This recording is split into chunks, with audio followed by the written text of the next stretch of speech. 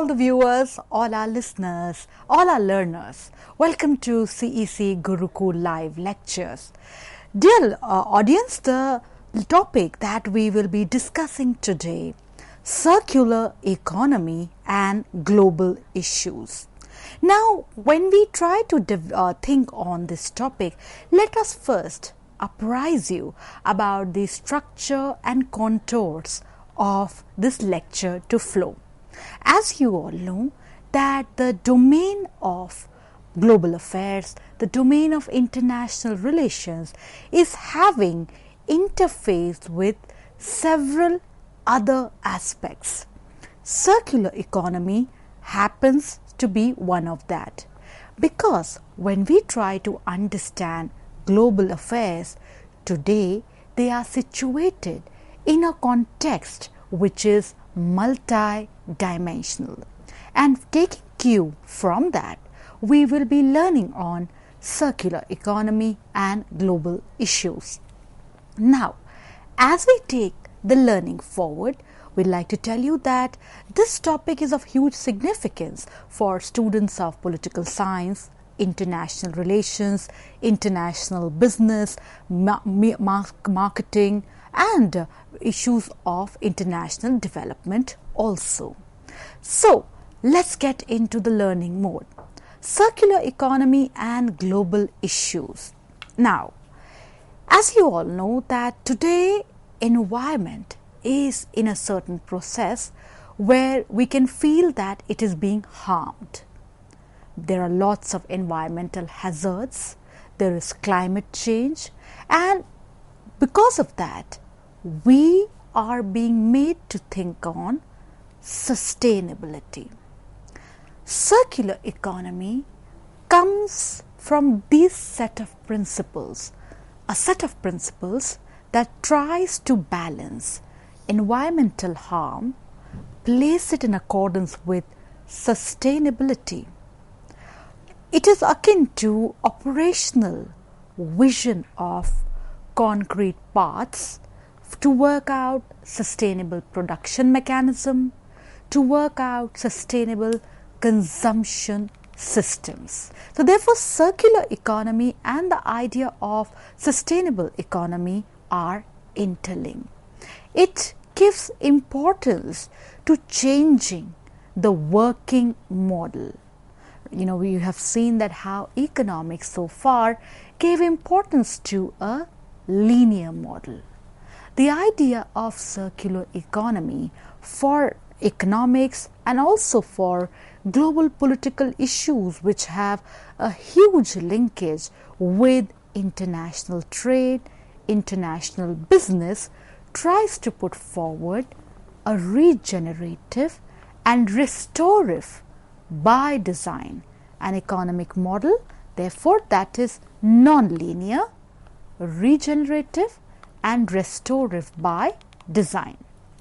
So therefore, today when we try to understand the current affairs, the current international reality, there is an attempt to think about new approaches to promote sustainable practices. The idea here is to eliminate the concept of waste. This is why we are being made to think on the idea of circular economy. Today, when we look at business practices which have a global interface to of multinational and transnational organizations in Europe, China, the Americas, or even the multinational corporations like Cisco, Google, all of their efforts and practices are trying to think about efforts to promote sustainable practices. They're trying to work out manners in a way to eliminate the concept of waste, and therein lies the focus of circular economy.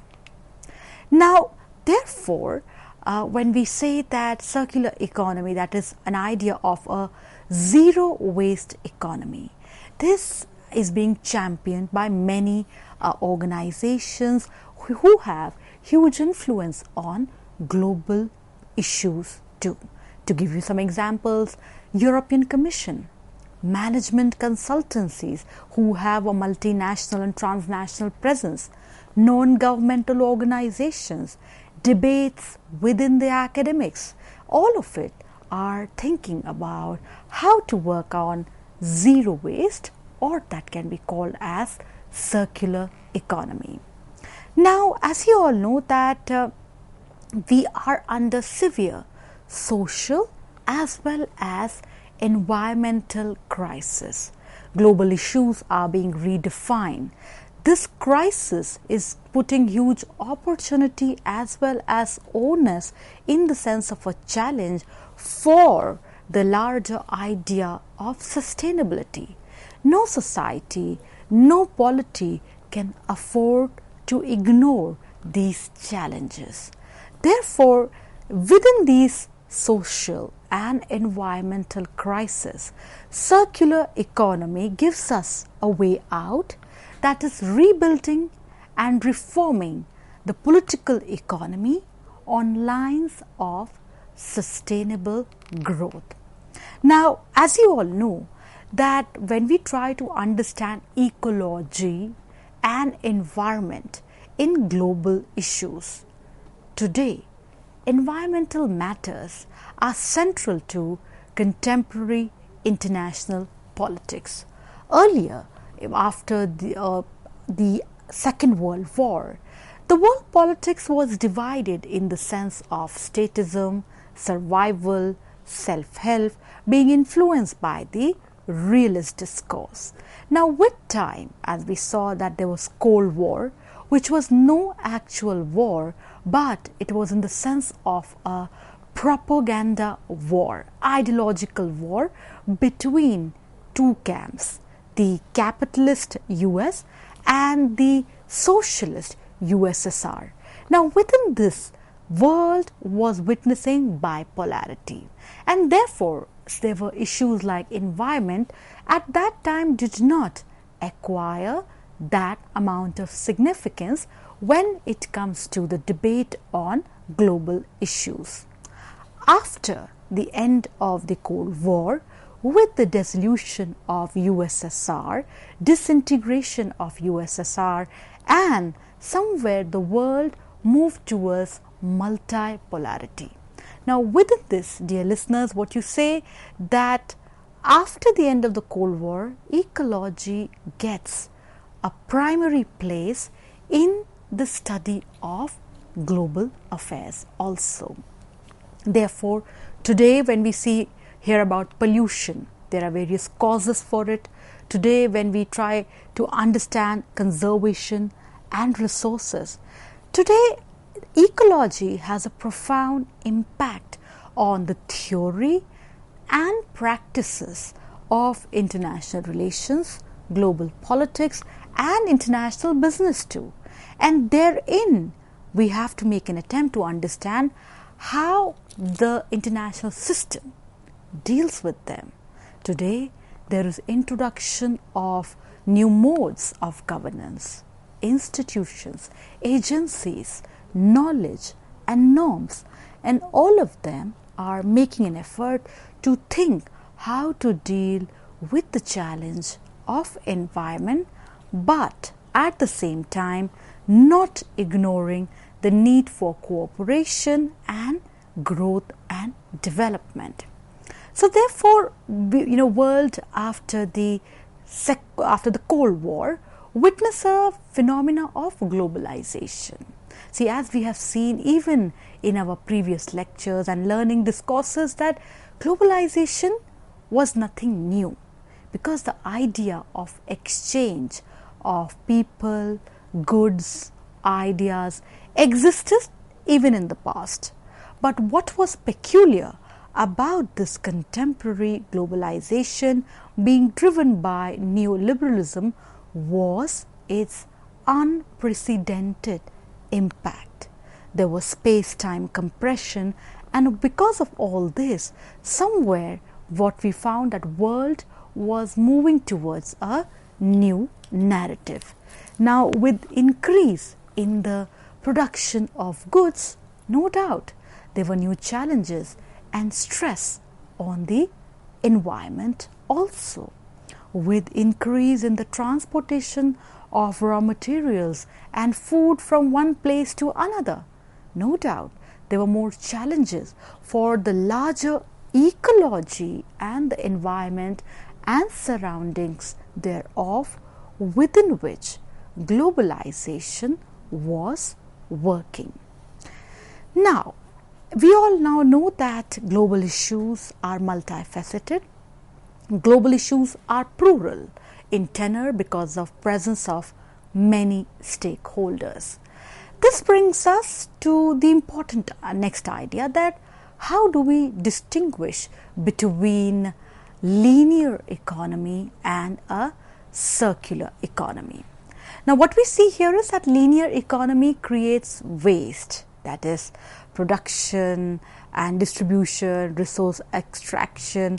At all these economic activities within a linear economy, there is an amount of waste that is created.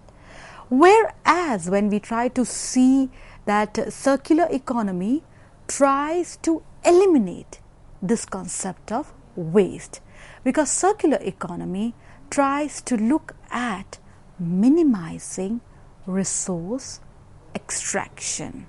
Therefore, linear economy was somewhere situated between, somewhere situated on the idea of waste. As opposed to that, circular economy minimizes resource extraction, at the same time giving primacy to eliminate the concept of waste.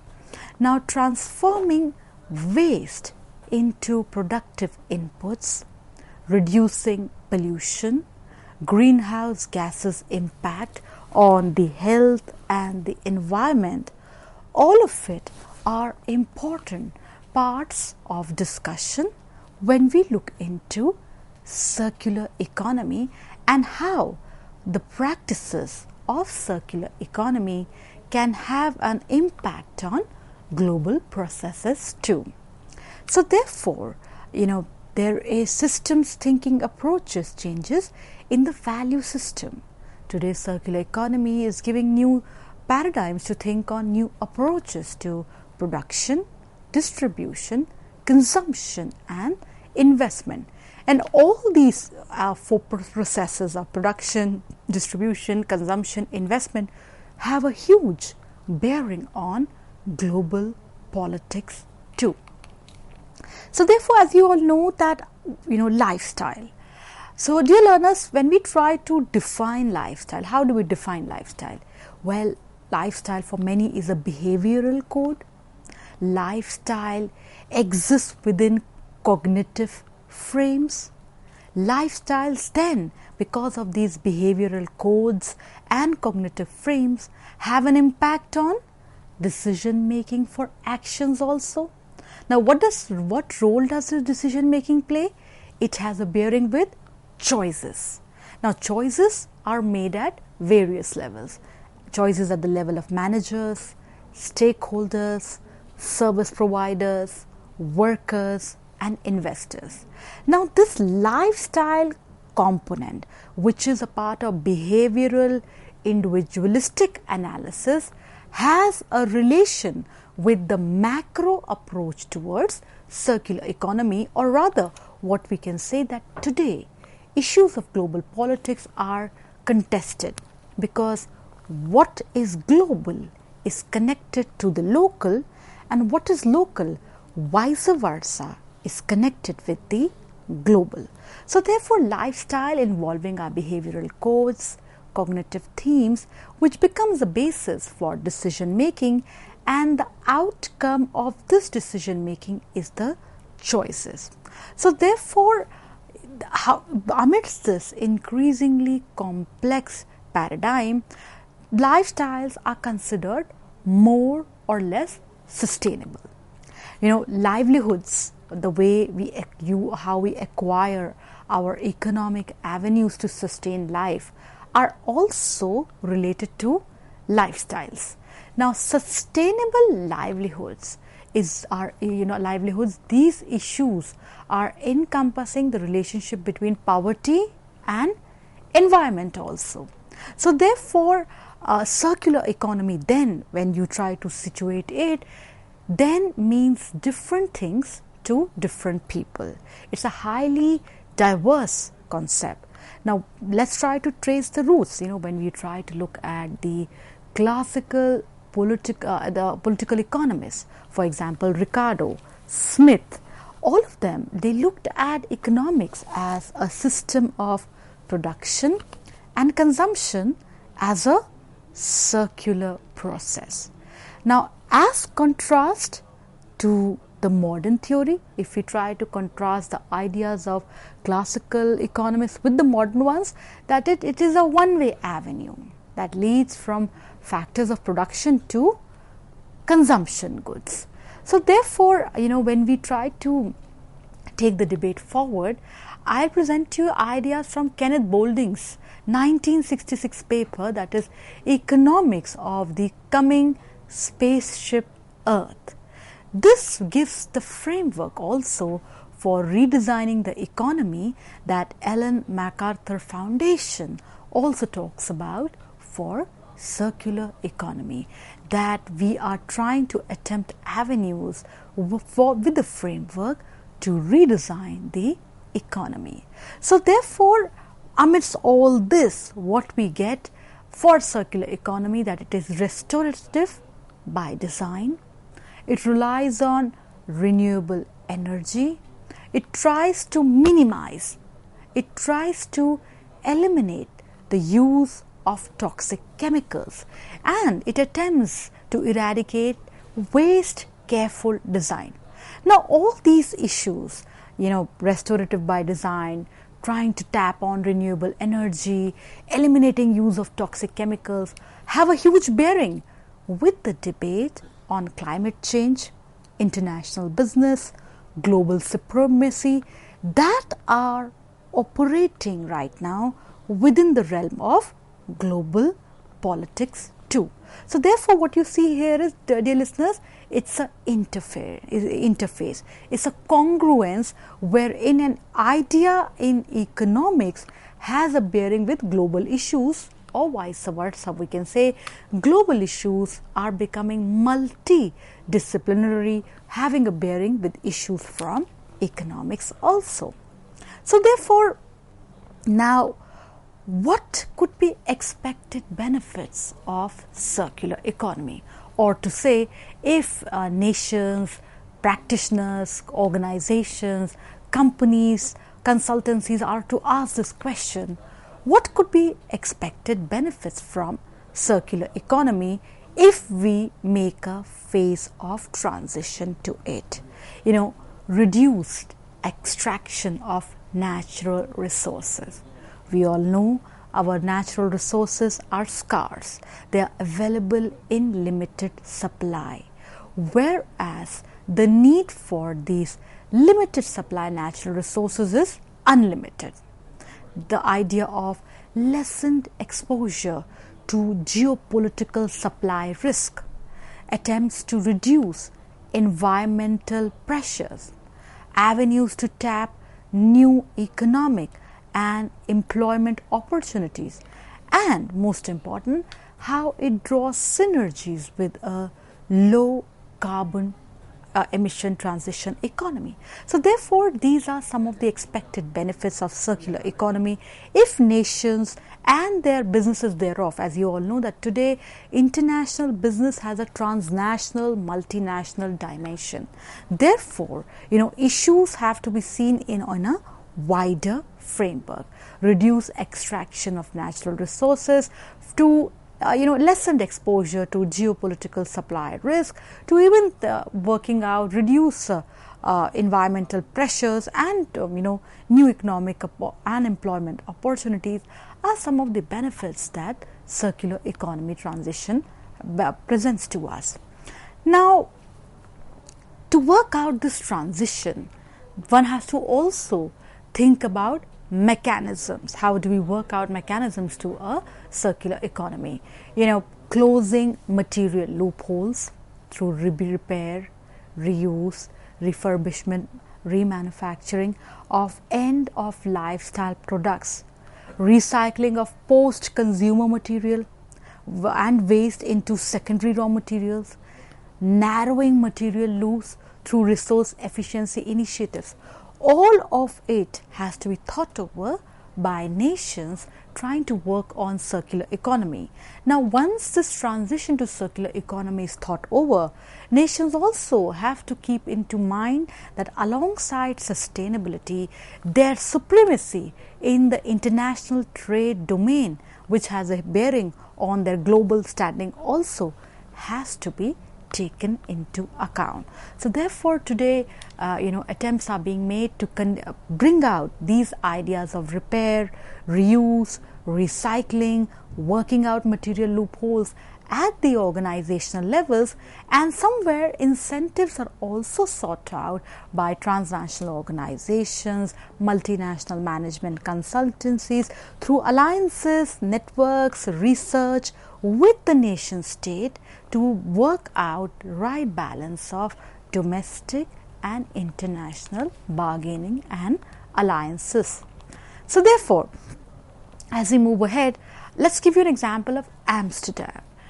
This example I did research while I was doing my research. I understood from the Chicago Council. Amsterdam talks about commitment to become a fully circular city by 2050. As you all know that as world population increases, the global population will be residing in cities. So therefore, this example of Amsterdam presents to us that can global cities actually become much more prosperous, much more inclusive, much more sustainable if they try to look into circular economy. Now, if Amsterdam is trying to talk about becoming fully circular city by 2050, let's understand what is it that the city wants to do in order to get on to this idea, and does this idea have some lessons for other cities who want to delve onto the path of global city on a circular mode. See, the city's action plan, again drawing from the research from Chicago Council, says that 65% of all household waste will be separated by 2025. Emission-free traffic by, again, 2025, followed by that 50% reduction of use of primary raw materials such as minerals, fossil fuels and metals by 2030. This is why today Amsterdam has also launched innovative programs and research initiatives. Dear learners, you must visit to this website www.chicagocouncil.org in order to comprehend how global cities are working on the idea of a circular economy, and how, taking this as example, other cities in the world can thereof learn. Now, let me present to you ideas that I read of Celestine Monga, who is the Vice President and Chief Economist of the African Development Bank Group, and he gives an idea of Africa's historic pivot. The article is Circular Economy, Africa's Historic Pivot. This comes in the Down to Earth 26 June 2019. The idea is that African countries, they have lower factor cost to promote successful labor-intensive industries in order to work out ways and in which they have a comparative advantage. Now, how to work out employment? With the focus should be on low-skilled labor force, which shall also lead to increasing the fiscal revenues. Now, improvements to infrastructure in other areas will also happen. Therefore, this will create conditions for long-term prosperity as well as social stability. Now, of course, trade agreements, when you see at AGOA, they are still important for African countries broader economic and technological changes, they are opening up new opportunities, and a good policy maker has to seize them. This will also be an important moment in the North-South relations. So therefore, Africa, here is an example wherein it can take the pivot forward through the circular way. Another example that I give you from everyday politics, which may have a huge bearing on other nations' politics also, in the recently conducted national elections in Israel in April 2019. What was remarkable was the presence of environmental issues and matters, that is, on nature protection, resource efficiency. This indicates not only a shift in politics, but also tells us that how environmental agenda over a period of time will be one of the core areas to reflect on. So if environment was an important agenda in the recently held national elections in Israel, policymakers are also thinking how water will be an important issue for many other nations in time to come. So therefore, when you try to see that, if Israel, if we take as a case study, campaigning for the environment was one of the core issues in the general elections in April 2019.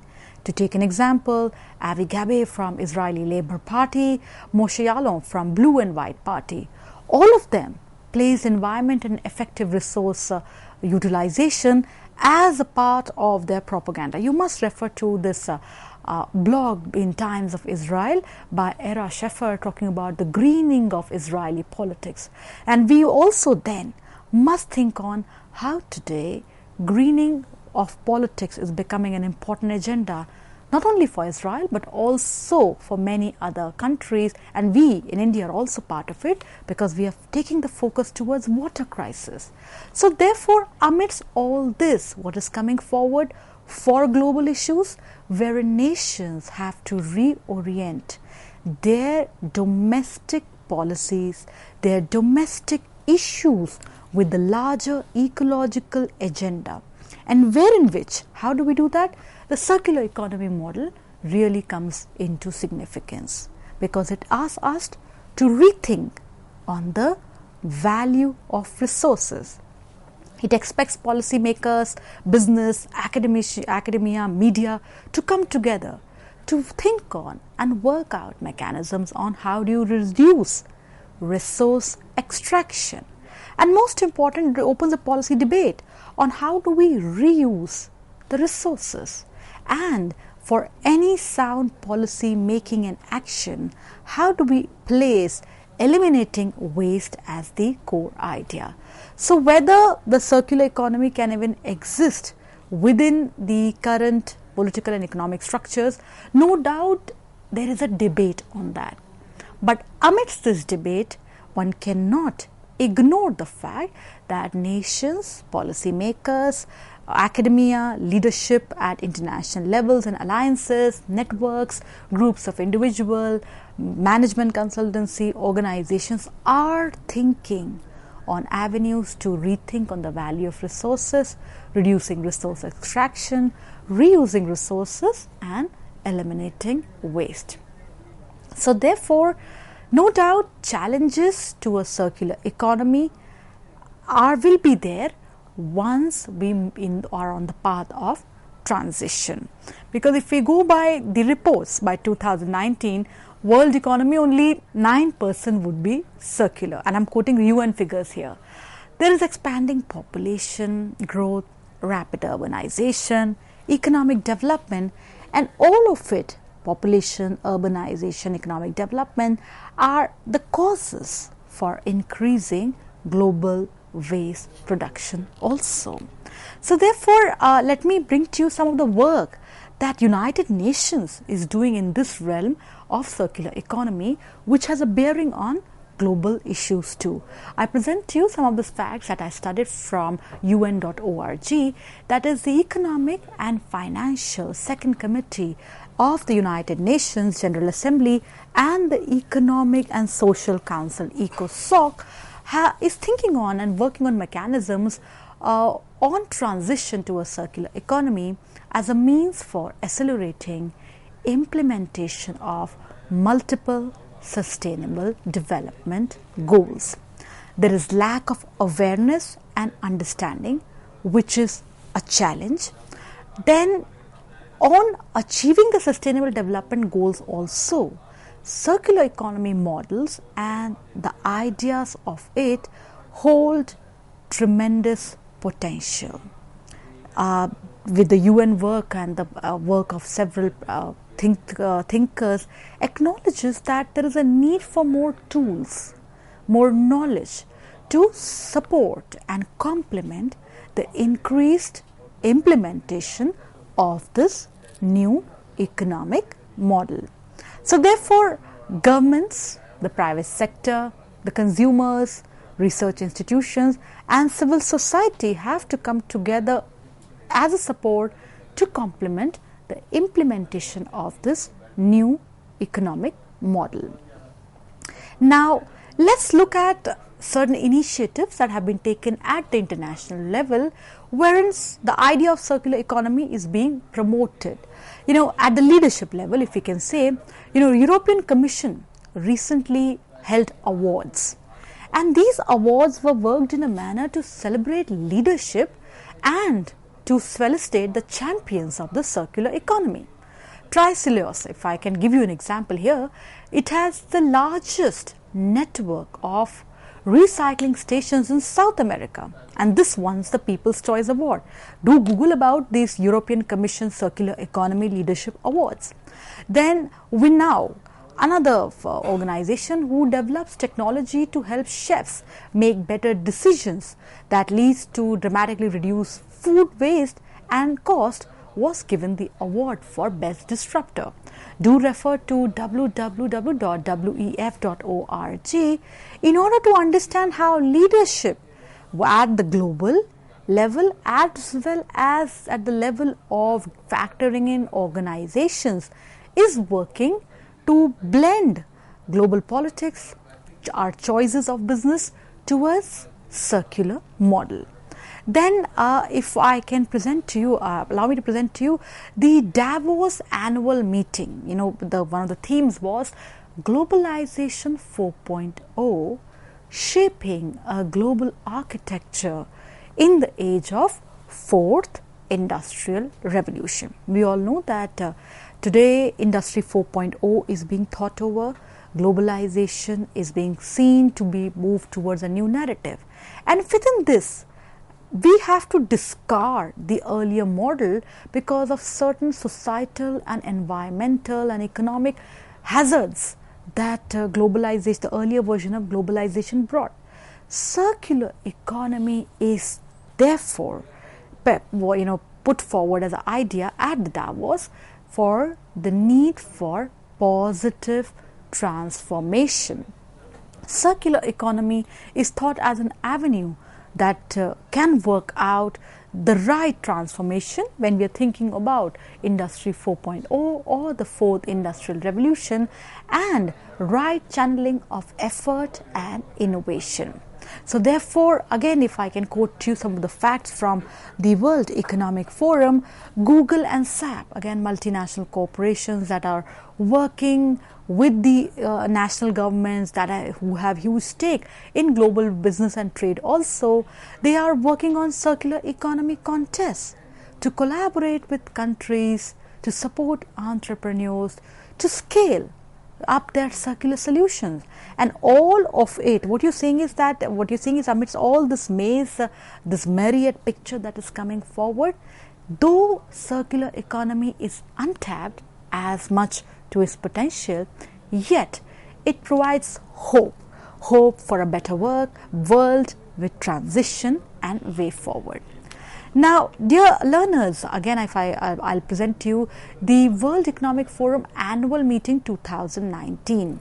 Within that there was collaboration between the Nigerian government, Global Environment Facility, UN Environment, Dell, HP, Microsoft and Philips, wherein investment avenues were worked out to work on the e-waste recycling industry in Nigeria. So what you see here is the kind of picture that is coming forward.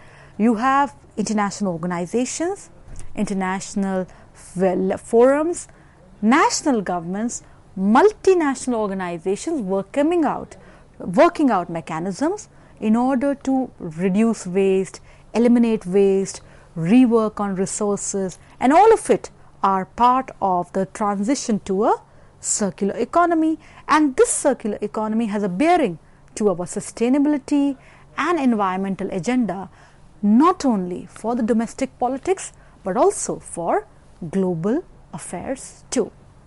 So therefore, we are being at various levels of industry, one is being made to rethink the business models that benefits from the untapped circular opportunities. Look at food systems, look at fashion industry. They are also coming increasingly in focus in order to come out with new ideas on the operation of business and how can one benefit from the untapped circular opportunities. So therefore, the need of the hour is better understanding of the environmental challenges, as well as at the same time promoting green solutions, and within these two aspects work on mechanisms to intensify the dialogue with authorities in order to ensure better outcome. So, September 2018, the 5th Circular Economy Mission took place in India. Again, how the idea of circular economy has a bearing on the diplomatic ties also is important to understand. As you all know, dear learners, that European Union and India are two partners that are working in a very productive manner to tackle climate change, water management. They are working on mechanisms how to improve air quality, renewable energy, green urban mobility. And within all this, today both the nations recognize the fact that circular economy is an opportunity to deepen and expand the avenues of cooperation. And this is prevalent in the bilateral and multilateral relations of nations, international forums, international organizations also. Because today, developing circular economy is like nations getting together to shape and rework the shared future. Do refer to this report at www.ceeuropa.eu in order to understand how or appreciate the idea how circular economy in global issues has a bearing on the diplomatic, bilateral and multilateral linkages for countries together. Because when you try to think on circular economy, this is also an attempt to shape common future together. Of course, business opportunities would look at the larger picture, but at the same time, today there is a realization that it's just not about business. Population is rising, there's growing urbanization, energy demand is huge. The right policy mix has to turn these challenges into opportunities. And then, therefore, when we try to conclude our learning within this circular economy in global issues is a blueprint for long-term sustainability. Again, if we can recall the Paris Agreement, how it brings together all nations into a common cause to undertake ambitious efforts to combat climate change and adapt to its effect with enhanced support to assist developing countries to do so. So, the new course in the global climate effort, what we say as the Paris Agreement, is working to manner to keep global temperature rise the century well below 2 degrees Celsius above pre-industrial level, and to pursue efforts to limit the temperature increase even further to 1.5 degrees Celsius. So all of it will strengthen the ability of countries to deal with the impacts of climate change. This is what our Paris Agreement tries to ensure. So for all of it, what is needed? Appropriate financial flows, a new technology network, enhanced capacity building framework to be put in place, ensuring enhanced transparency of action and support. Do visit www.unfccc.int to better understand how even for this Paris Agreement, the idea of circular economy permeates the discourse of global politics. Again, when we look at the preamble, that is 2030 Agenda for Sustainable Development, it tries to give importance to people, how to end poverty and hunger in all forms and dimension, ensuring that all human beings can fulfill their potential in dignity and equality and in a healthy environment.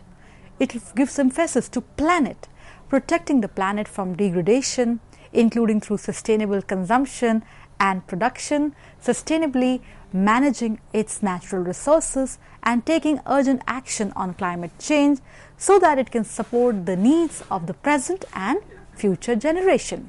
Prosperity, we are determined to ensure that all human beings can enjoy prosperous and fulfilling lives, and that economic, social and technological progress occurs in harmony with the nature. Followed by peace. Yes, sir. It says that we are determined to foster peaceful, just and inclusive societies which are free from fear and violence. There can be no sustainable development without peace, and no peace without sustainable development. And then lastly, it talks about partnership in Agenda 2030. That is the need for revitalized global partnership for sustainable development based on a spirit of strengthened global solidarity, focused in particular on the needs of the poorest and most vulnerable, and with the participation of all countries, all stakeholders and all people. So when we go through this Agenda 2030 also, which is making a plea for sustainable development, circular economy is surely one of the business models that global affairs have to work out. So therefore, when you look at the global challenges, there is uncertainty in the quantity and quality of return products. Time uncertainty associated with product return. Institutionally, role of governments or government agencies is needed. Plan for and create infrastructure. Invest in the technology creation. When you try to think on circular economy, nations, policymakers, business have to think on that there is lack of legislation. There are huge technological challenges. There is a definite need for buyback laws and an urgent need for awareness and public pressure to ensure that circular economy is in place for right sustainability and for a new business mechanism that places ecology and welfare together. So therefore, all nations, what is needed for them is proper circular economy in place that provides environmental, social, economic benefits to the nation and its people. Therefore, governments must bring together various stakeholders, non-profits, social scientists, technology experts to plan and design circular economies for various dimensions. So therefore, to conclude, one has to say that circular economy then need not be just seen for environmental benefits only. It brings huge social and economic benefits that global issues, global affairs, as well as national politics must look into for better welfare and development of people.